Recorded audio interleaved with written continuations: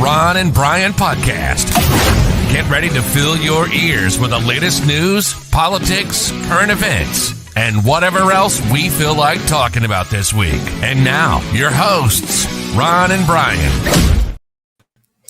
And good evening. It's Sunday night. It is 8 o'clock, and it is time for episode 317 of the Ron and Brian podcast.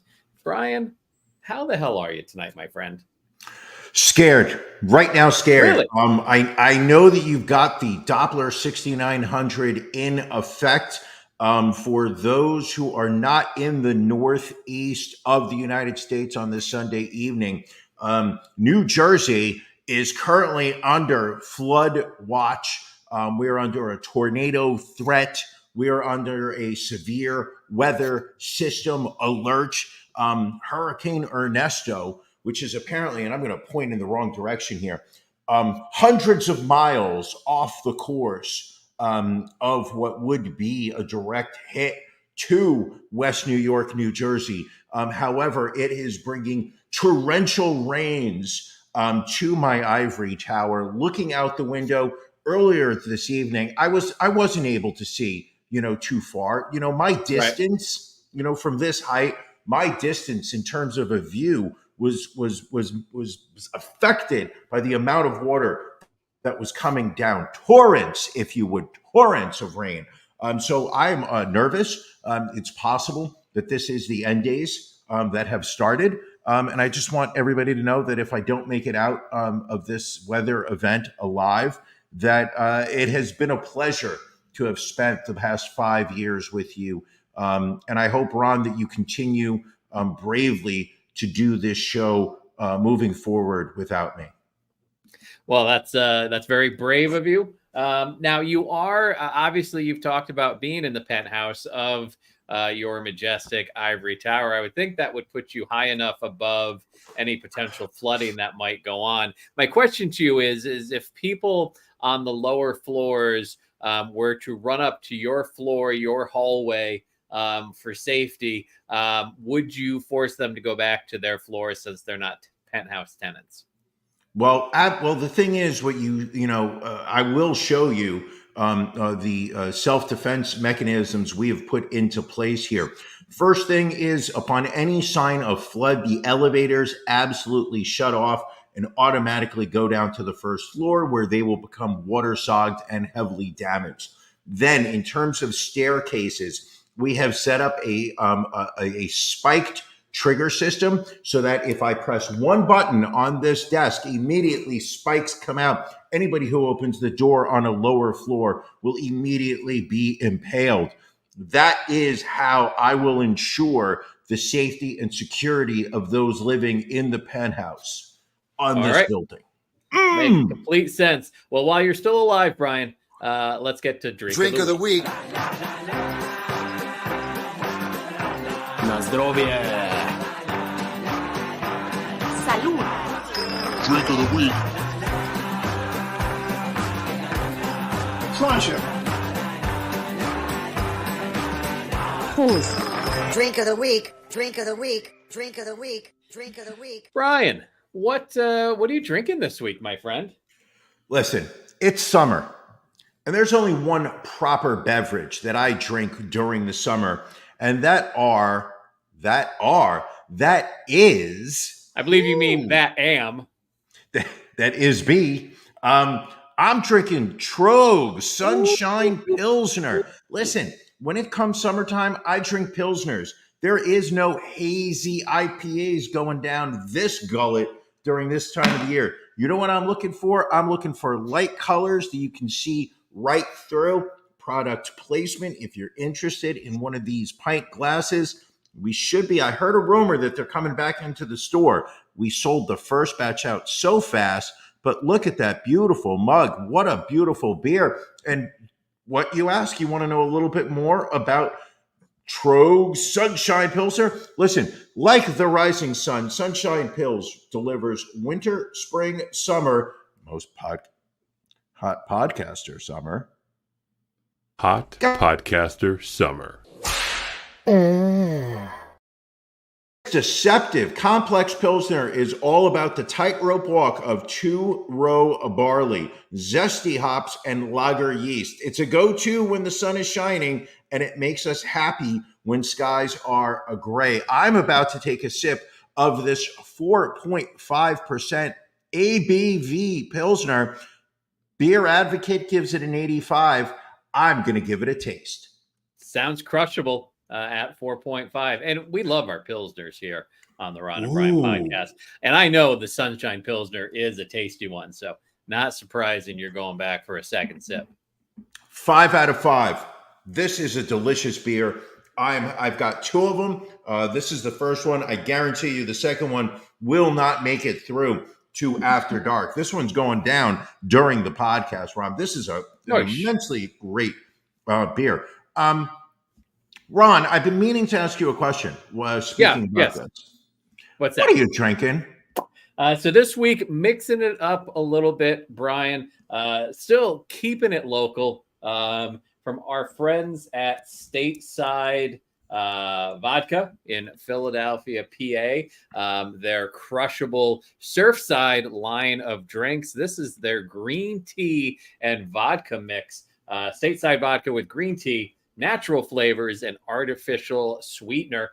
This clocking in also at a solid 4.5%. Take a look at that right there. It does have a green tea look to it.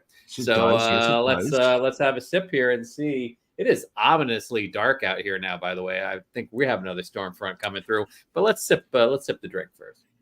Interesting. Okay, he takes a sip. He's thinking about it. Hold on. Oh, did not seem to be completely sure of his thoughts after the first sip. Now he's sure. He is sure. Good. It's good. Could use some ice. I bet if it was colder, it'd be even better. But nice green tea flavor, a little smooth aftertaste of vodka there.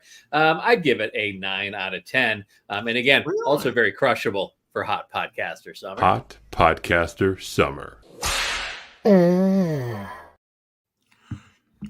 Question, do you have multiple of them for you, or is that just your one and done this week?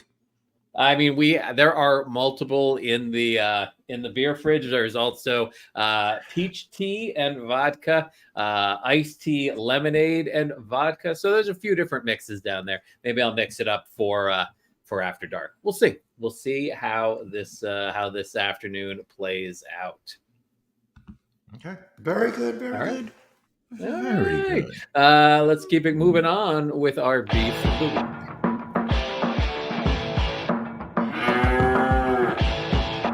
Ron and Brian's Beef of the Week.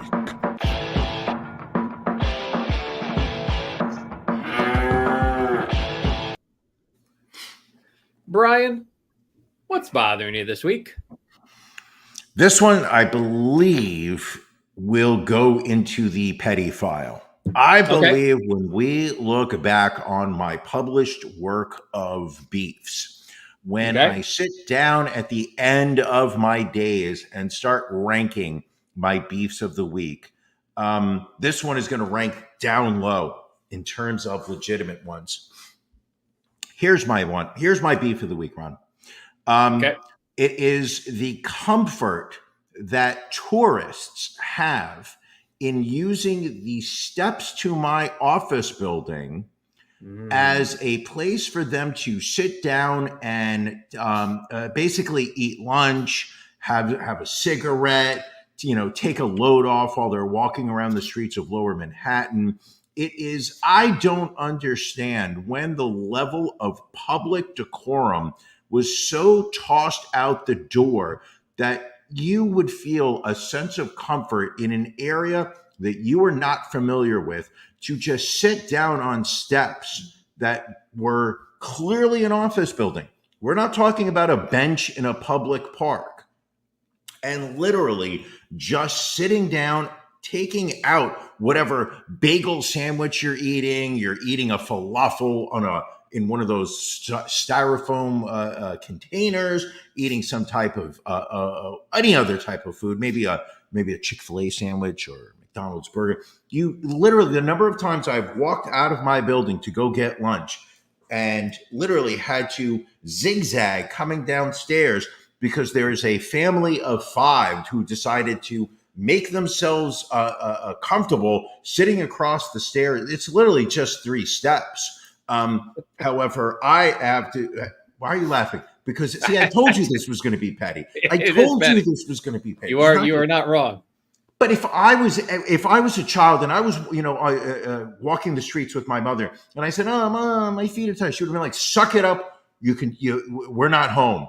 And yet nowadays you've got fucking families who are just like, "Oh, hey, look, there's an office building. Why don't you just sit down on these stairs and scratch your ass while you're here?" Fuck that. There used to be some standard of behavior in public, and it's gone. We now just sit there and say, "Hey, fuck it. I want to be comfortable because I deserve to be. So I don't care who I'm." It is unacceptable behavior out in public. I do not appreciate it. I don't condone it, and it needs to stop. So as Janelle points out, your ivory tower mentality also carries over to your office building as well. Absolutely, 100%. Janelle's completely correct on that. That's fair.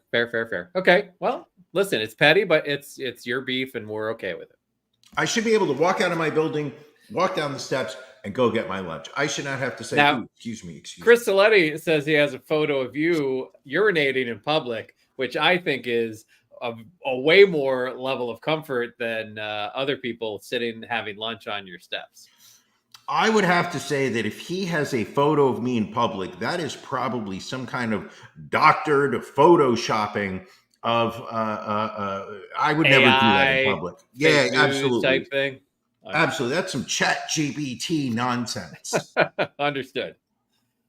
Well, Brian, you ask, what is my beef of the week, my friend? Ron? Yes. What's your beef of the week? So my beef, and again, maybe this is petty as well, because it's a very minor beef, and I don't know why I'm letting it impact me as much as I have.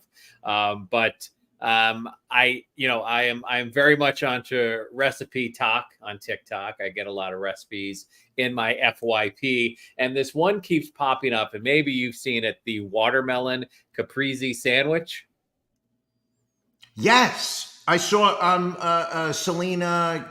I forgot her last name. Eating it. Gomez, Selena Gomez, I believe you're thinking of. Yes. So this is where you take your typical ingredients for a caprese sandwich: mozzarella, tomato, basil, olive oil, balsamic vinegar, salt, pepper, the usual.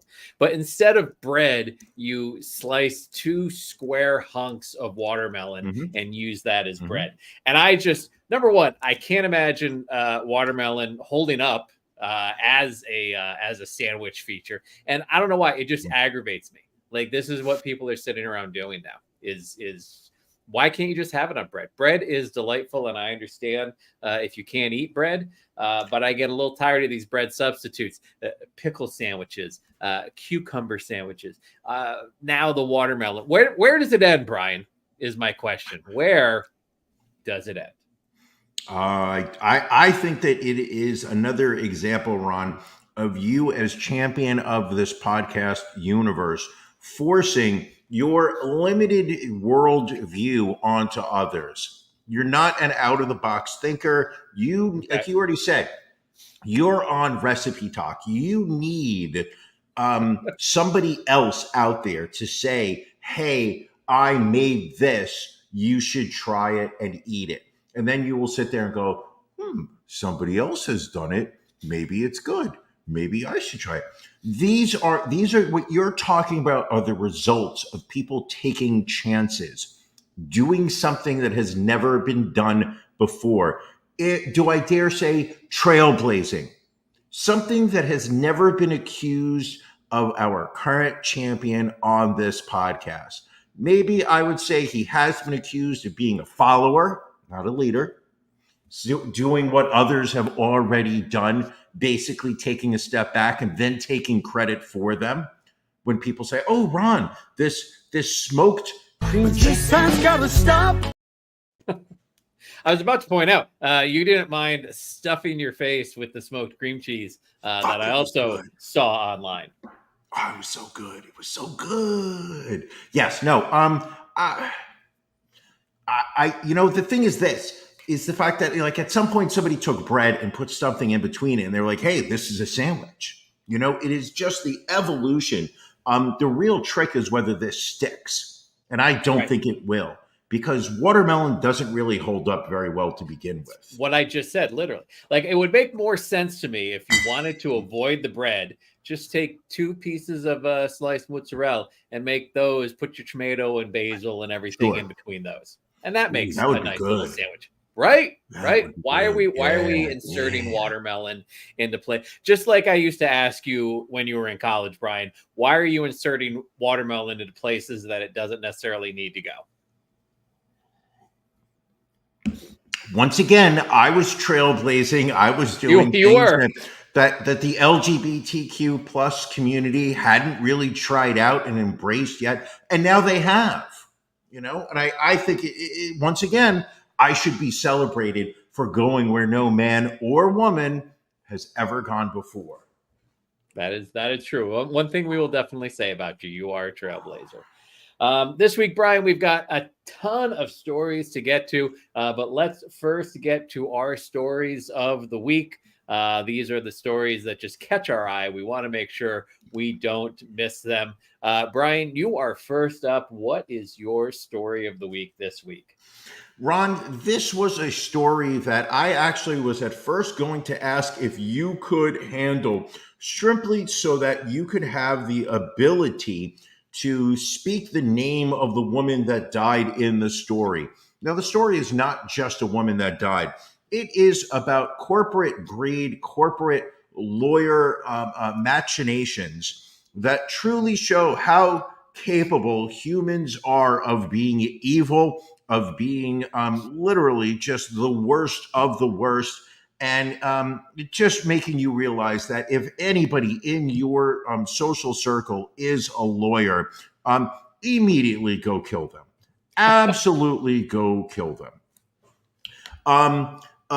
Disney, this past week, there is a widower by the name of Jeffrey Piccolo who is suing Disney because his wife, Kanokpern Tang Swan, and I'm going to say I tried to pronounce her name in the most respectful way, unlike the way you pronounce foreign names. I don't know why I'm coming at you this week, but I'm not apologizing. You're very hostile right out of the gate.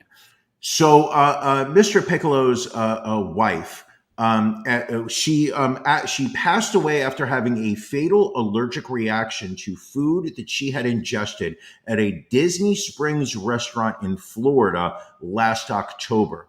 Well, her widower, Jeffrey Piccolo, is suing Disney, claiming in a $50,000 lawsuit. No offense, but if my wife died from an allergic reaction at your restaurant, I'm suing for way more than $50,000. However, this is Florida, so I can understand if Governor DeSantis put a cap on what you could sue for in a wrongful death lawsuit. He is suing for wrongful death with Disney, and Disney's lawyers, and they don't have the name of the person that filed this response to the lawsuit, but Disney's lawyers have filed a claim in Florida court saying that the case should be moved to arbitration because of the terms of a 1-month trial subscription to the Disney Plus streaming service that Mr. Piccolo signed up for back in 2019. Part of the terms of that 1-month streaming service was that any disputes that the subscriber had with Disney would be handled during arbitration. Fast forward 5 years, and his wife dies of an allergic reaction from one of their restaurants. And Disney says that the terms of his Disney Plus subscription should force this lawsuit into arbitration. I don't know who the Disney lawyer is, but if they are probably sitting there patting themselves on the back with this genius, response they put together, I can only hope that, and I say this as a Disney shareholder, sell. I hope Disney goes to hell. I hope everyone, especially this lawyer, for the way they are handling this case. Corporate greed at its worst. Fuck Disney. So all I you guess adult Disney heads, who are like, "Hey, we're going to Disney World this year. We're going into like $40,000 worth of debt, so we can go say hi to Mickey and Goofy and Elsa and I don't really know any of their names. You know what? This is who you're supporting. This is the corporation you are putting money into." Is this, but would this go both ways where, as a Disney Plus subscriber, if you wanted to go down to Disney and just steal like $50,000 worth of merchandise, you could say, "Oh, I'm sorry, you can't charge me. We'd have to work out that's out in arbitration." Ron, going both ways was my nickname back in college. So I would say that based on that argument, yes, you could be able to go in there and steal lots of stuff and be forced them to go into arbitration. I think that would be a legitimate legal tactic. All right. Well, Brian, my story of the week, as you know, we love a good colon story. We have talked extensively about your colon in the past. We have talked about both of our colonoscopies. So when this story popped up, I said, "Ooh, this has to be my story of the week." So we're going down to Florida. Where a gastroenterologist has been disciplined after two recent colonoscopy procedures went awry on his watch. This involved Dr. Ishwari Prasad, age 84. They did not provide a photo of him. New York Post did thankfully provide this stock photo of something about to be jammed up somebody's butt for a colonoscopy. But anyway, Dr. Prasad has been placed on probation by the Florida Board of Medicine after the two botched procedures. Both colonoscopies took place on June 5th last year at the Tampa Ambulatory Surgery Center. During the first one, Prasad is said to have, quote, improperly delegated medical tasks to a surgical tech who did not have a license to practice medicine. But the second one, and this is the more horrific one, the complaint says Prasad began inserting the scope before the patient was fully sedated, causing him to scream out in pain. Oh. Yeah. Now, you, on the other hand, Ron, you said that you were still awake when they started inserting the colonoscopy scope, but you said you actually enjoyed that feeling, correct? Listen, if it's something you like, that's one thing. But apparently, this patient began to yell and shout that he was in pain and still could feel everything. However, Dr. Prasad continued to move the scope while the patient continued to scream. That seems like a scene out of Oz.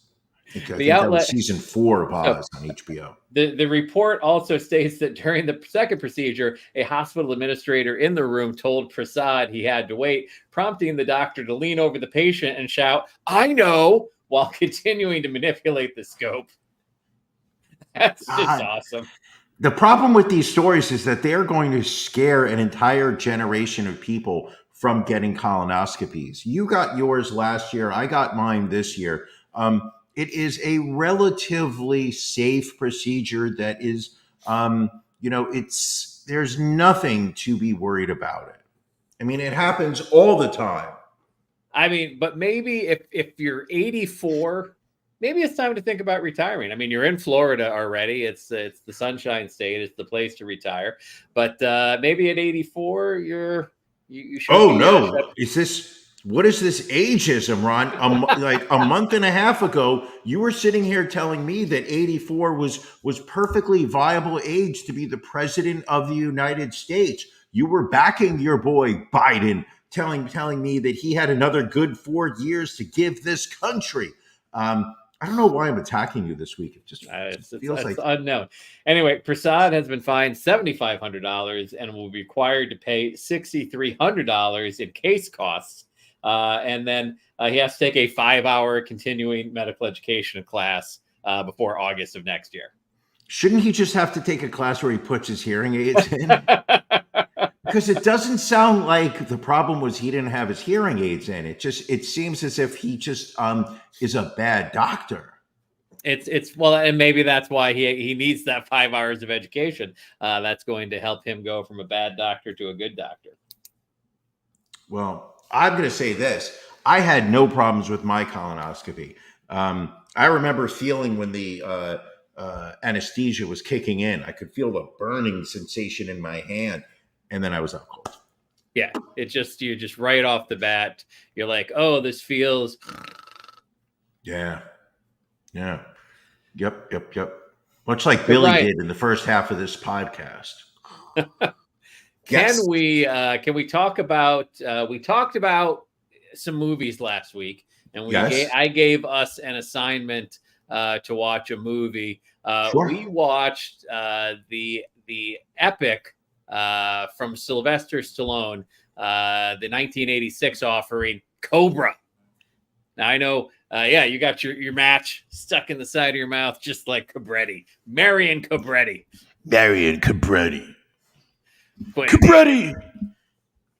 So you had not seen Cobra, if I remember. Like I saw it. Hold on. While watching, how does he talk with this thing in his mouth? I promised myself I would spend the whole time we were talking with this matchstick in my mouth. I was even told that these things are toxic. I was also told that I was wasting a good matchstick by doing this bit. It's a good matchstick. The bit worked. She's not even listening to me, I can guarantee you. So I remembered I had seen this movie as a kid when it came out. Probably on HBO or God, I feel like I had splinters in my mouth. Reminds me of that time when I was blowing Pinocchio back in college. Anywho, it was very familiar to me. What I was shocked with was how weak the plot was. How there, you would think, this is coming from Sylvester Stallone. He wrote and directed this, or no? I know he did the screenplay. I don't know if he directed it as well, but I did notice that the screenplay was by Sylvester Stallone, which really makes a lot of sense when you start watching the movie. I feel like the plot and the screenplay came from, and it felt like it was one of those, drunken nights with you and your friends when you're sitting there and someone goes, hey, I have an idea for a movie. And by the end of that conversation, you feel like you've got the whole story, and you don't flush it out. You don't go back. You don't give it to anyone else. You just sit there and go, oh yeah. That's the story. We're good. Listen, if you pick the movie, I think you tell me your experience rewatching, because you watched it this morning, correct? I watched it earlier. I watched it this afternoon because I wanted everything to be fresh. Sure. I mean, first of all, it's concise. It's a tight 87 minutes. Like it just flows. Minutes. It felt like 187, but that's neither here nor there. Act 1, Act 2, Act 3. Listen, it's in my mind, it's one of those movies that is so bad it's good. But to your point, the dialogue bad, the plot very basic, plot holes huge. But again, I think this is it's a great encapsulation of how over the top movies in the 80s were.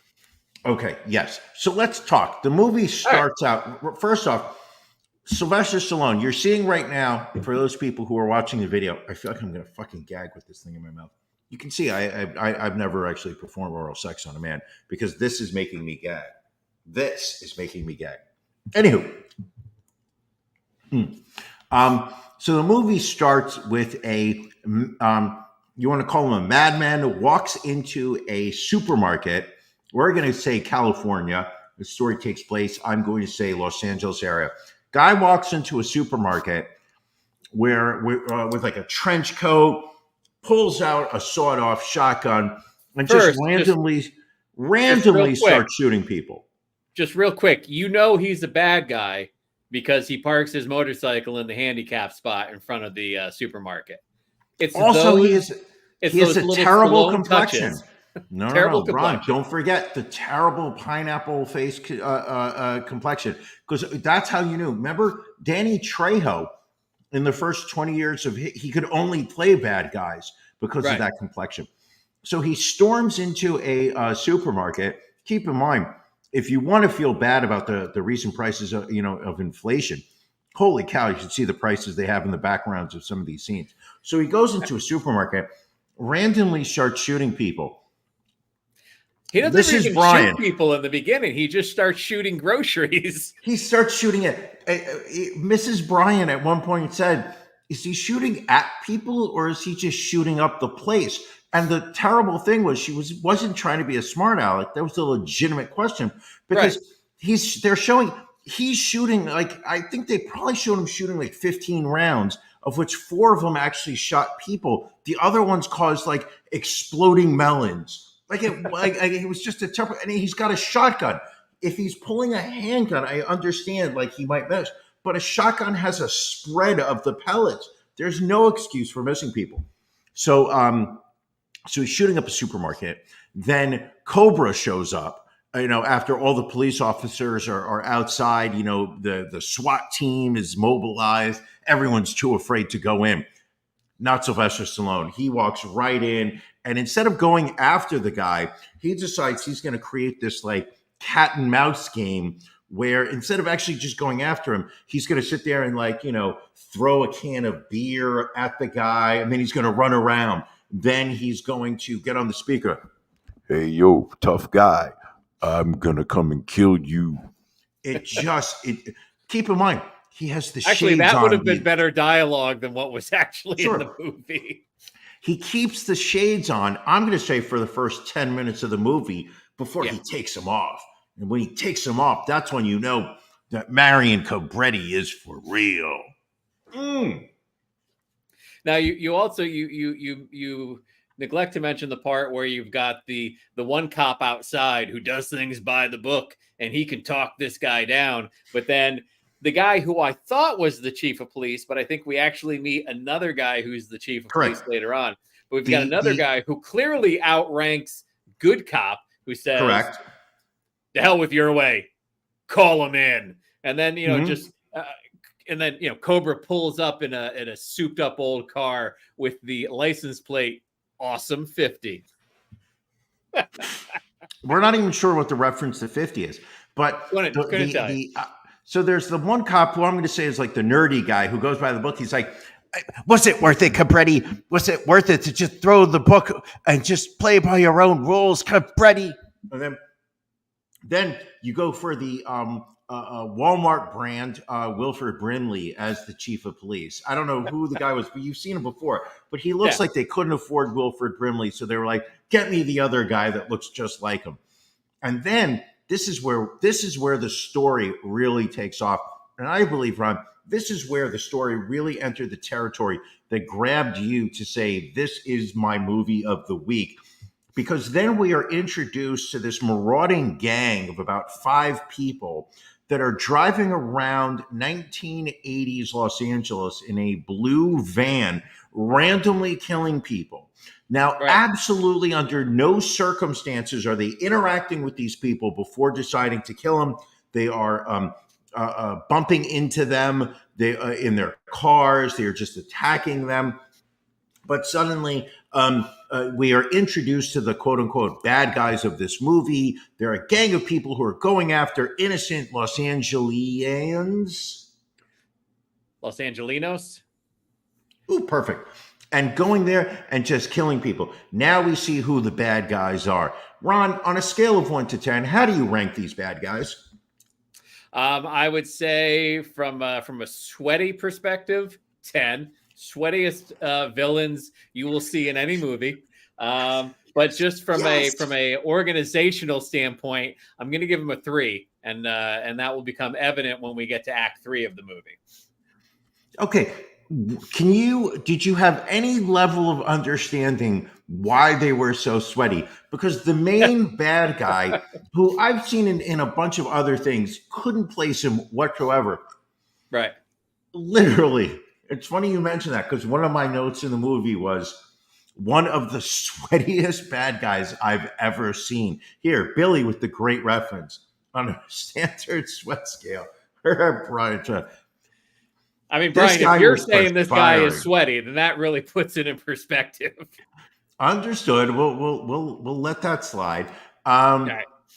But literally one of the sweatiest bad guys we've ever come across. I would also like to point out that David Rasheed from Sledgehammer fame makes a very brief cameo as the co-worker of Brigitte Nielsen. Now we're going to move on for a moment to the heroine of the movie, because we now need to understand Sylvester Stallone wrote this movie. Why did he write this movie? Because he wanted to star in a movie with Brigitte Nielsen. He used her. Now we're on a time scale. Matt, if you can look up, was this movie before or after Rocky IV? I want to say that this was before. So I'm trying to remember, because because Brigitte Nielsen was in Rocky IV. So was that after was she in Rocky IV? No, she was in Rocky III, or was it which Rocky? Was which was the one with the Braga? That was a Rocky IV. No, Rocky III was with Mr. T. Hold on, we're getting EB. EB's chiming in. He's saying that it's after. Okay, that makes sense. So maybe this is the movie where Sylvester Stallone fell in love with Brigitte Nielsen, because now we understand the heroine. The idea is that Brigitte Nielsen is a Los Angeles model, and if you want to see some tacky montages, this movie has them.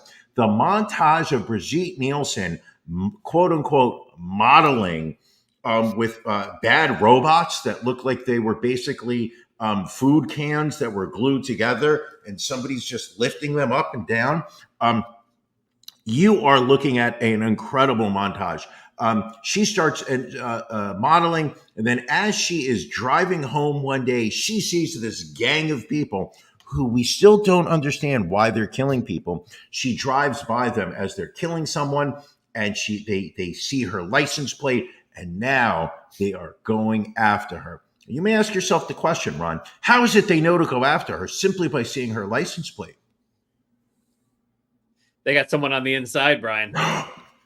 Hold on. I'm telling you, Chief, they got someone on the inside. This is not just one guy. The hillside killer is not just one person. You gotta need proof of that, Cabretti. That's a big claim. You gotta need proof of that, Cabretti. I've been dealing with enough of these people on the zombie squad as more than just one of them. You're the disease. I'm the cure. What are the other other high points of this movie? One of the most useless sidekicks ever. For people who remember Seinfeld, because that's where I get most of my cultural references from. Do you remember Poppy, when Poppy was a little sloppy making the pizzas and peed all over the carpet? No, not the carpet. Poppy peed on the couch.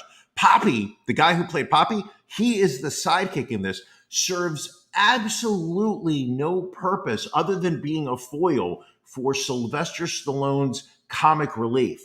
Because a movie like this gets so tense that you need some great one-liners when Sylvester Stallone goes, I don't know. I think you better look into that and talk to your doctor about it. Not funny. He literally serves no purpose. But now, you mentioned it earlier, Ron, one of the beautiful pieces of this movie, you said earlier, they have somebody on the inside. A cop. A female cop. So out of nowhere, they're hiding a Cabretti. Hey, I don't trust hiding this woman in Los Angeles. We need to take her out of Los Angeles. Let's put together a convoy. So now Cobra, we gotta go upstate, who trusts nobody in the LAPD except his partner, decides, hey, let's do 2-car convoy, drive upstate. I'm going to drive with Brigitte Nielsen. Poppy, you take the back car and just randomly select a female detective out of nowhere that seemingly has never appeared before as a police officer. We don't know if she's any good. We don't know why you would pick her. There's no reference to them having worked together before. So supposedly on this incredible high security mission, Poppy just literally picks this random LAPD woman who happens to be working in cahoots with the bad guys.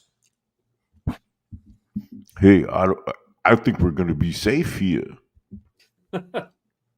What else? What other points do you want to make about this movie? Which, by the way, awful, just awful. So you find apparently like the bad guys are all part of a cult, which they don't really tell you that, but it's apparently supposed to be like implied that there's a cult going on. They tell you who the cult is, and they tell you why the cult is in the last 7 minutes of this movie. Up to this movie, it is just random violence by this random group of people with no explanation who they are. Like a smarter screenwriter would have worked in probably the end of Act 1 who these people are and why they are. No. Sylvester Stallone's like, that's exactly what the audience is expecting, and I ain't gonna give it to them, Mick. I'm gonna tell them exactly who these people are, all the way at the end when I'm having my last big fight scene. So the entire cult rolls out to get Cobra and Brigitte Nielsen. Now, I would say conservatively 50 people going after 3. Let's not forget the sidekick. But hold on. But they're in this like industrial plant, which is some like ominous lighting where they're all using some kind of like pickaxe. I guess they're holding the air rhythmically, like beating it to a beat. Now they show these 50 cult guys all dressed up in ski masks, either carrying some type of like rifle or shotgun, whatnot, all getting on motorcycles. I've never ridden a motorcycle before, but to me, that's a 2-hand. You know, when you're driving a car, you can put your shotgun in the back seat while driving and it won't impair you. How are you riding your motorcycle while also working your shotgun and not get the attention of the police? Well, what doesn't make sense to me about that part of the film is, again, you've got 50 people. Now, this is obviously an organized cult. They have managed to sign a lease on some place where they can go and clang axes together and sweat as a group. So they've managed to organize and do that. They've committed, I think they've committed about, by this point, 19 or 20 murders without being caught, without even being a suspect. But somehow they just decide that their best way, rather than coming up with a plan, like it's 50 against 3, you gotta like those odds. But they just kept driving into the path of Cobra's firing of the machine guns and various weapons.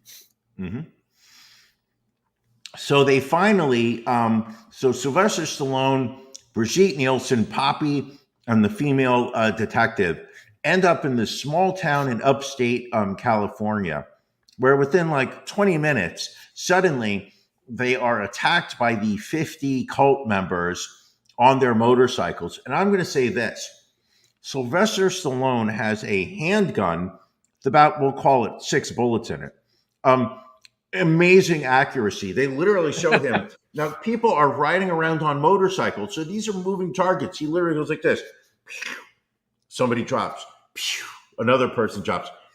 Don't forget his accuracy with grenades, because he was able to hit somebody riding a motorcycle with a grenade, but also hit them at the exact moment that the grenade was going to explode. And I didn't realize that grenades, when they exploded, would engulf people in flames. I did not realize that was a part of a grenade. Well, at the same time, launching them theatrically at a perfect angle away from the explosion. So you got to see some poor stuntman go like this as he's flying away from the explosion. Amazing. What a truly bad movie. We have the final head-to-head between the bad guy, the Night Slasher, and Cobra. And Night Slasher, sweatier than he's been. It's in a foundry. I don't know why it's in a foundry. Don't know why it's in an active foundry. Don't know why everything is running in the foundry, because they shot the security guard at the beginning. but apparently he was the only guy working at the foundry that day. Sure. The entire All the- foundry is operating. Every piece of equipment is operating, but the only person you see is this security guard that gets killed right at the beginning. Yes. And then you got the come get me, pig! Like just so much spit coming out. You're gonna die tonight, pig. Pig. Like, I didn't know that police officers were referred to as pigs until I watched this movie. This movie introduced me to that. Pig. You're gonna die today, pig. And then, of course, they battle back and forth. Then Cobra lifts him up, jams him onto this big metal hook through his back, and then he gets carried through. Is coming out of the stomach. The hook is coming out of his stomach. You can see cinematically he's on the smelting line as this hook is being dragged into like the smelter or whatever they think. Somehow he stays alive. Just the bad guy is literally like, oh, no. He stays alive long enough to be burned alive. This was one of the worst movies I've seen in a long time. And I want to thank you. Sure. I would like to thank you for making me watch it. Now, some people complained last week that we picked a movie that was not readily accessible to the masses. I myself found a reviewer's copy on a screener copy. Good. Screener copy. I wanted this week to make. We picked a copy that was picked a movie that was available to just about everybody with an internet connection. Ron, do you remember the Wayans brothers? I do. Okay. Did you ever see the movie I'm Gonna Get You, Sucker? Oh, classic movie. It's a 1980s movie which plays a homage to some of the great blaxploitation movies of Hollywood from the 60s and 70s. So many great vignettes. And also this is on Tubi, TUBI.com. So people, a week from today, we are going to talk about our shared experience of watching I'm Gonna Get You, Sucker. I'll even Hopefully your lady will appreciate that movie more than she apparently did Cobra. She did not approve. Did your wife watch? No, she was. Cobra? I believe she was upstairs watching Love Is Blind UK on Netflix. What is Love Is Blind? Is that the show where they you can't see each other for a while? Yeah, you can't. You're in these pods. You can talk to each other, but you can't see each other. Terrible. Yeah. Let's see what other stories we got. Great recap of Cobra, by the way. I would, if you haven't seen it, again, it's bad. It's so bad, but it's so bad it's good to watch. I think that it would be. I think it's actually better to have listened to our description of Cobra, and then you don't actually need to watch it. Fair enough. We're the new order. We kill the weak. Meanwhile, there's 87 minutes in this movie, and the guy announces why this group of people are killing at the 86th minute. The entire movie, you're like, I don't know why they're killing each other. Do you know why they're killing people? I have no idea. I'm gonna kill her, and I'm gonna blow up this supermarket. Go ahead. Pig. I don't shop here. I don't shop here. Even like the supposed catchphrases were not that great. Like, you're the disease, I'm the cure. I got this one written down. This is where the law stops and I start. I thought that one was also extra cheesy, so I wrote that one down. Oh, just a terrible movie.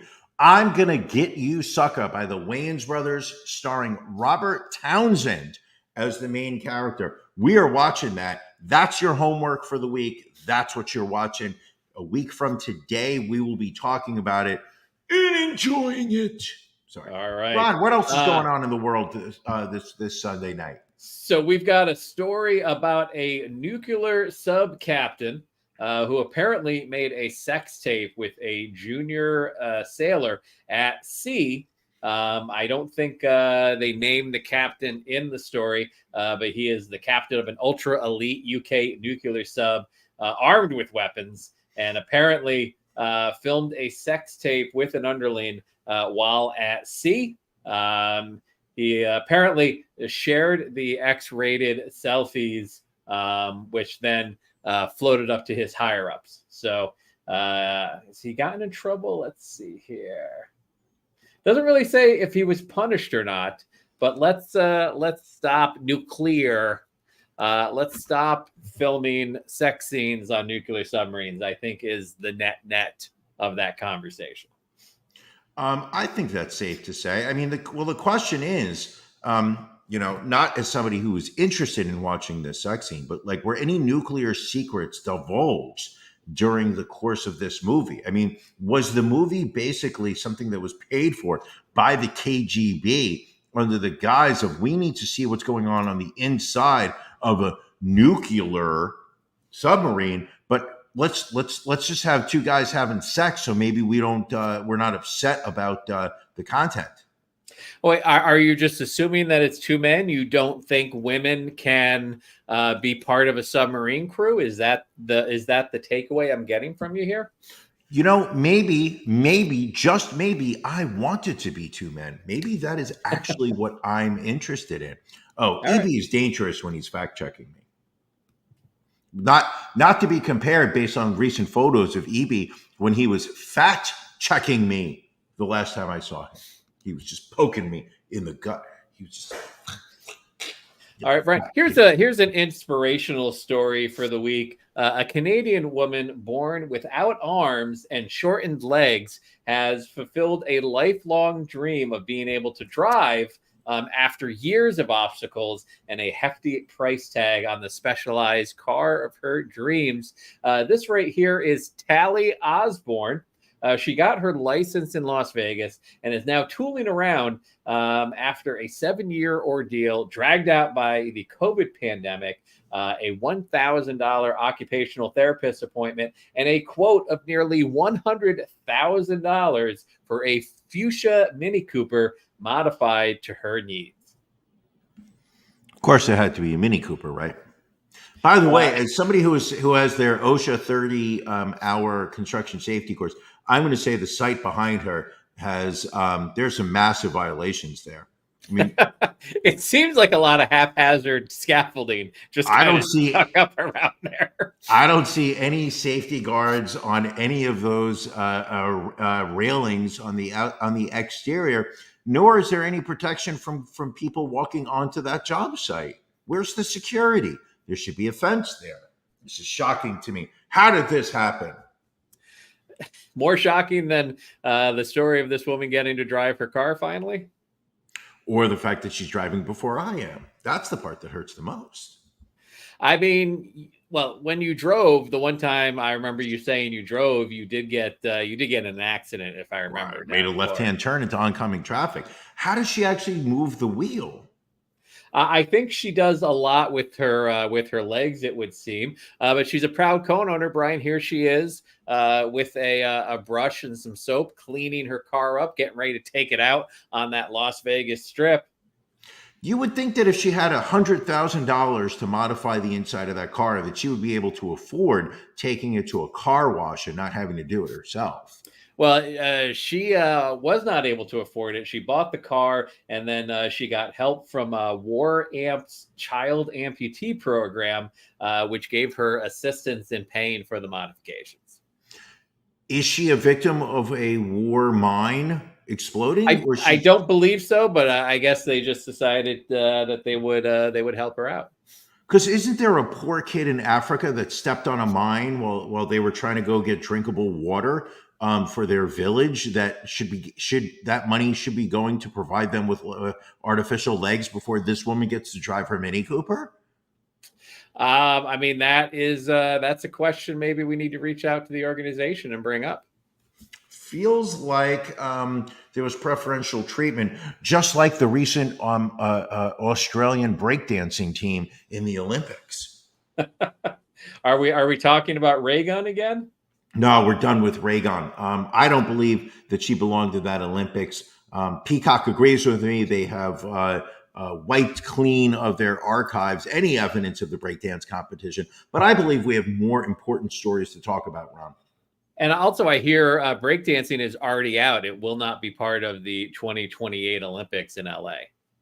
I'm fine with that because I don't believe that should be an Olympic sport. It still bothers me that baseball is not an Olympic sport. Well, the rumor is baseball will make its return as an Olympic sport in 2028. You know what else will be coming to the Olympics for the first time in 2028? What? Flag football. Okay. Yeah. I can see that being fun to watch. Yeah, so we'll see. It's only 4 years away, Brian. Brian, a former food service director for an Illinois school district was sentenced to 9 years in prison after pleading guilty to stealing $1.5 million worth of chicken wings that were supposed to go to students during the height of the coronavirus pandemic. Vera Liddell was working for Harvey School District 152 when she placed orders for the chicken wings with a food provider from July 2020 to February 2022 and billed the district while she kept the food. She was accused of ordering more than 11,000 cases of chicken wings from the food provider and picking up the order in a district cargo van. Schools were closed during this time due to the pandemic, but the district was still sending meal kits to students learning remotely. The scheme was discovered when the district's business manager found the invoices for the poultry during a routine mid-year audit last year. Question is, how could she go 2 years without anybody picking up on this? Yeah, that's a lot of chicken wings. Also, the audit revealed that the district's food service department had exceeded its annual budget by $300,000 with half the school year left. What did she do with all those wings? I mean, I guess she took them to her house. Maybe sold them. I don't know. Clearly she sold them for an Adidas tracksuit.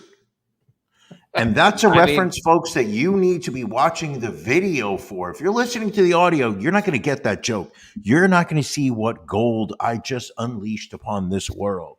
However, viewers are chuckling right now. Ron, I'm going to say this. I siphoned about $8 worth of wings off of the buffet table at your recent pool party because you had put together some wings that were utterly delicious. They were good. Thank you. Barstool Sports did the math on this. So average cost per pound of chicken is $4.67. That means if she stole $1.5 million worth, that is over 321,000 pounds of chicken, or to put it better, 160 tons of chicken in 2 years. The total weight of the Statue of Liberty, 140 tons. So she stole more chicken wings than the Statue of Liberty weighs. Wow.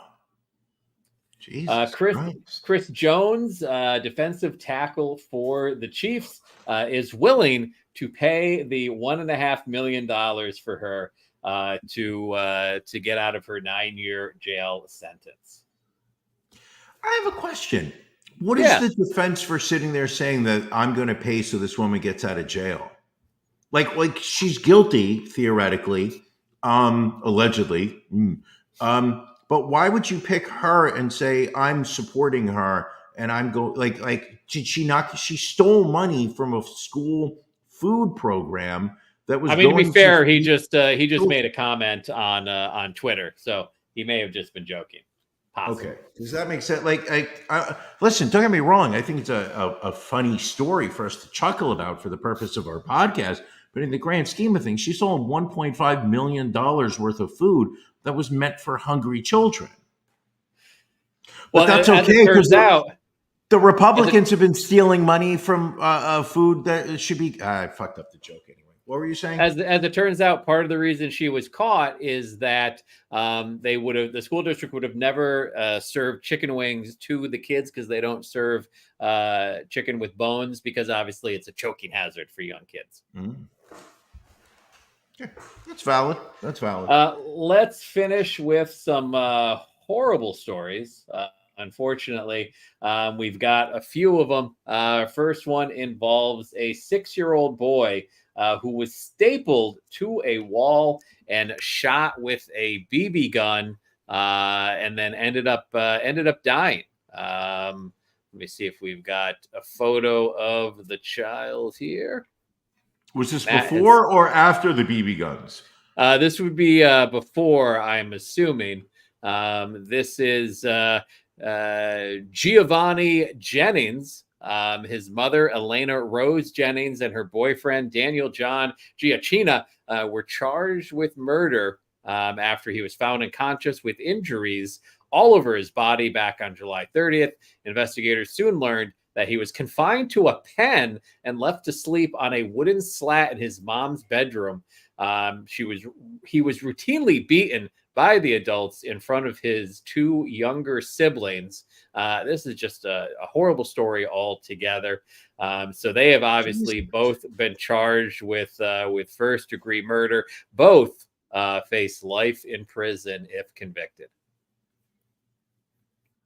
I don't have anything funny to say about that. That's fucking terrible. That's good. Why would you pick that story for the podcast? We just had comic gold with Cope. Let's see. Also, hey, are you shooting your little kid in the face with BB guns? Because I'm coming after you. I'm gonna come after you because crime never takes a nap when your son's getting shot with BBs. Like there's nothing funny about that story. You'll be polishing your Daisy rifle in hell. I tried it. They're not always going to work. Next up, Brian, this is a Texas dad by the name of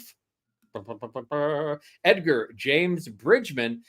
He allegedly gave his infant child gasoline to drink in an attempt to kill the child. So he was, for whatever reason, attempting to end the child's life. He was arrested for attempted capital murder, and he's in jail with bond set at $255,000. Thankfully, the child is okay. Went to the hospital for medical treatment and survived. Let's see. Do we have any other horrible stories we can finish off with? Hey, you're going to give your kid a little gasoline to drink, but you're going to be the fuel for my rage tonight. No? Yeah, not really. It was all right. It was all right. I tried. I mean, it works. It almost works with the toothpicks. Hey, that Taco Bell gave me a lot of gas, but not the kind of gas that you gave your kid last night. Is that what I'm trying to say? Hey. And then a Tennessee pair were arrested on child abuse charges after authorities learned that they locked a 7-year-old autistic child in a storage trunk inside of their disgusting feces-covered home.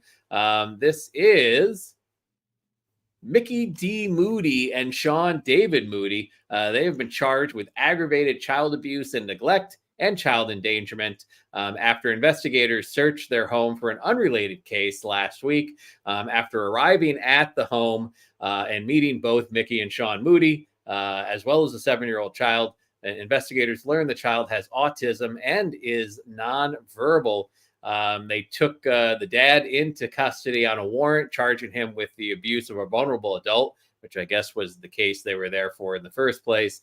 They then conducted a search warrant of the house, discovered unsanitary living conditions that included wall outlets containing exposed wiring and animal and human feces on the floor, a storage trunk containing urine-soaked blankets, a pillow, and a half-eaten pizza, as well as, quote, clothing that contains a substance consistent with blood, was found in the living room. Okay, you're this guy Moody, right? You're home. You've just been beating your autistic child.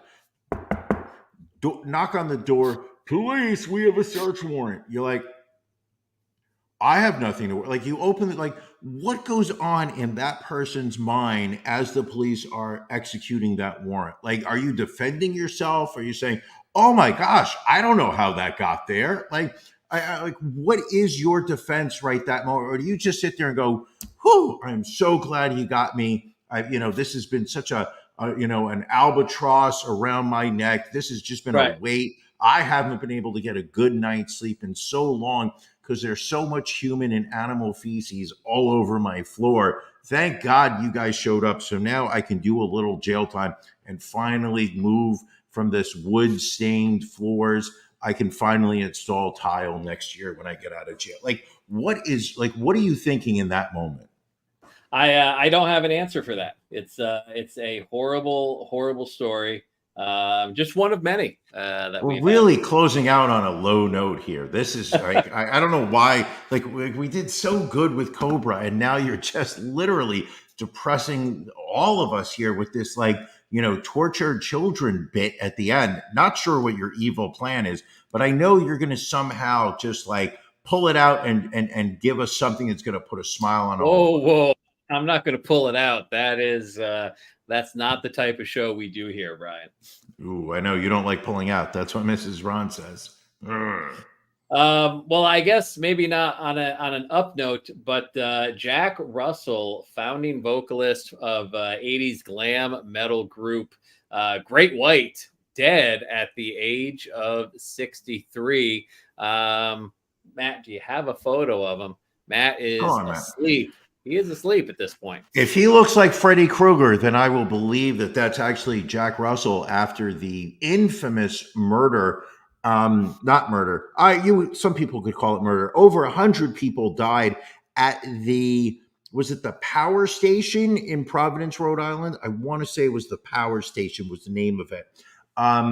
Listen, we've all watched the video. I don't know how many times you have, Ron. I've watched it multiple times of Great White taking the stage in that small club back in the mid 90s. I want to say it was. So actually, it was 2003 at the Station nightclub in West Warwick, Rhode Island. Yes. Either way, I've watched that video multiple times. As the band takes the stage, their tour manager lights some impromptu pyrotechnics without realizing that the entire ceiling of the club and backstage of the club has been lined with a incredibly toxic, incredibly flammable, soundproof material that immediately ignites. Fire is spread rapidly. Literally within, I would say, less than 5 minutes, the entire venue is engulfed in flames, and you can hear people screaming as they are burned to death. Jesus, Ron, another story that's just going to make us all feel better. So 100 people died and 230 people injured. The tour manager, as you mentioned, Daniel Bichel, pled guilty to 100 counts of involuntary manslaughter, served 2 years in prison. I believe also the club owners walked away unscathed from the legal. They both pled no contest, but one of them served 3 years in prison, while the other owner received a sentence of 500 hours of community service, and then there was a number of monetary settlements from the club, from the band, to families involved. You know how certain visuals are just are etched in your brain, and you will never be able to erase them. The visual I have from that video are people laying horizontally on top of each other, jammed into one of the few exits of that club, unable to move forward because they have literally jammed themselves in, that you can literally see them breathing but unable to move. That was how jam-packed that area was, that people literally could not get out the front door. Horrifying. And I will say this, that event, however tragic it was, really did open up a conversation, a dialogue of safety in rock clubs, concert venues, whatnot. Suddenly you do see where you saw a lot of people looking to see where exits were when walking into these venues. It wasn't, suddenly it did introduce the idea of, hey, things could go wrong today. And I just want to make sure, can I get out of here safely? Yeah. Terrible I story. I think, we're at a point where you still can't always pay for a band's merchandise via credit card, but the level of safety at concerts much higher than it's been at any point in our lifetimes. That's terrible. Why would you, Is it? John? Why would you even joke about that? It's what we do. Trying to end things on a high note here. Well, I'm trying to make things seem bad so that when people watch I'm Gonna Get You Sucker over the next week, it makes them feel that much better. So you would pick It's a I'm good Gonna one. Get You Sucker over Hollywood Shuffle as far as Robert Townsend movies go. I'm going with I'm Gonna Get You Sucker, and All right. realize now at the 1 hour and 10 minute that I was thinking of Hollywood Shuffle this entire time. We're watching I'm Gonna Get You Sucker, people, but I was thinking of Hollywood Shuffle as I was describing it, which suddenly makes sense when Janelle half an hour ago said Keenan Ivory Wayans is the main character, because that was, is Hollywood Shuffle available anywhere? Because maybe that's what I want to watch instead. Hollywood Shuffle. That's the one. Both are great. Both are great, but I am a huge fan hold of on. Can I call an audible at the last minute? Because Hollywood Shuffle is also on Tubi. You can, Hollywood listen, Shuffle is also on You Tubi. can do whatever you want. We're going Hollywood Shuffle, people. All right. Somebody to keep me in line here. I love the Janelle's just completely fed up with me. All right. Well, we are getting ready to wrap up the main podcast here. We are getting ready to go serve our own special brand of justice on Ron and Brian After Dark. Hey, for our you Patreon subscribers. You may like it when the light's out and the sun's up, but I prefer it when it's after dark. All right. So if you are not a Patreon subscriber yet, go to ronandbrianpodcast.com, click in the upper right-hand corner where it says become a patron. And if you join at the $10 level or higher, you get access to the live After Dark, which will be starting in roughly 18 minutes. It's the saucy stories that YouTube doesn't like us having in the free content. And maybe we'll talk a little bit more about Cobra, because that's just chef's kiss, that movie is. Yeah. Oh, so good. So good. All right, Brian, anything else before we wrap up this episode 317? None whatsoever. Thank you for making me watch Cobra. It was so terrible. It was truly terrible. All right. Well, thank you for joining us, everybody. Patreon folks, we will catch you in 18 minutes. Everybody else, we will catch you next Sunday night.